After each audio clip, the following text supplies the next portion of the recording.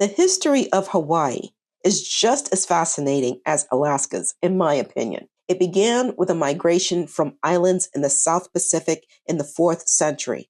Wayfarers who sailed over 2,000 miles of ocean to settle on the islands of what would be called Hawaii. There were more back and forth migrations over the centuries that gradually increased the populations on the islands, and they survived by creating agricultural and aquacultural farming of the land's natural resources.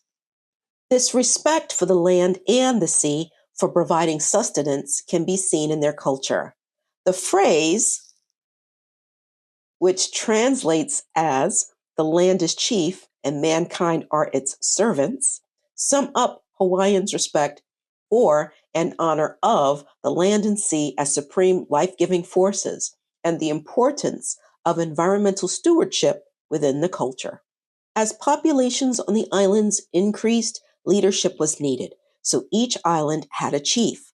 But the chiefs started squabbling over who was the top chief. It was prophesied that a male child of aristocratic lineage would rise to power and rule over all the islands. The child who fulfilled this prophecy, born between 1753 and 1758, was named Paea, which means hard-shelled crab. When his mother learned he was the chosen one, she put him in protective custody of a Chief Kalani O'upu, Paea's uncle, in Halawala, a district in northeast part of the main island.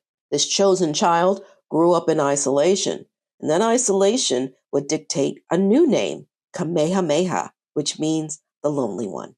Chief Kalani O'upu, who already had a son named Kiwalau, treated Paea like a second son.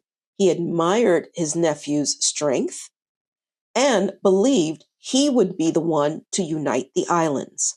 He intended to split rule of the main island between the two of them after he died, but he knew that wouldn't stop a war for control.